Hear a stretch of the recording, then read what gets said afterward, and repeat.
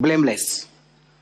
All they are hoping is that they will bring the governor so many. Yuko chaki kwa kuna umuchio maneno gatano aiga sense ya Kenya umuchiwe Eldoret niko chisana muchiaro setiwe chaba mnyokibia tabu na Faith Kipyegon amo na Eliud Kipchoge chiatiga abamenywe nseme yamo nabageni ase umugavana hono gwe county yo Jonathan B wasinigishu asabiro kwabera ase okoro isuwe chisana muicho chikororokana buna abasaitani niko bi akanire guna erena bwatrentu sokoro siwa gwisana mu ichukurende niko bachiro seti bare no kwege na kurende omuntu oyo muyugwe obete asinga inchugo chirosya kurende akarosie mebikanere mebeni gasabiro kwabira nagatebuna niko baguchi akarosie emiya eyera bege kororokana na koene kiabuna amenyi abuna bamnyoki bakororokana.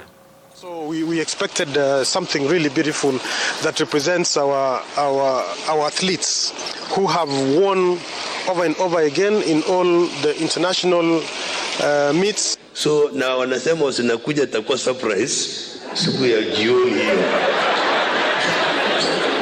Si makosa yetu kabisa, hata Mungu anajua si makosa yetu.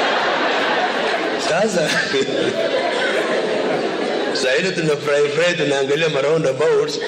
Sasa vitu hili zinatokea sinakaa kama ni binadamu na ukule mbele inakaa kama ni shetani. So we did what to do. Na zilikuwa ni ile za kusaidia sisi kubrand. You know we brand ourselves through sports.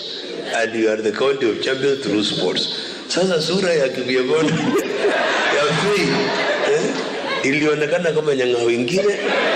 Alafu sura ya Kipchoge ubele kwa kanisa na watu ya Eldoret. Isi hata niambie television haikuwa ni makosa yetu, ni wahisani walijitokeza wakafanya hivi. Kama ni negative ilienda beyond, lakini tulijulikana kwamba the newest city in Kenya tulitrend mpaka tukafika BBC. Nani ngefika BBC siku nyingine? Tumefika Guardian, sijui tulifika Al Jazeera, tumejulikana kuliko kila city kwa hii dunia.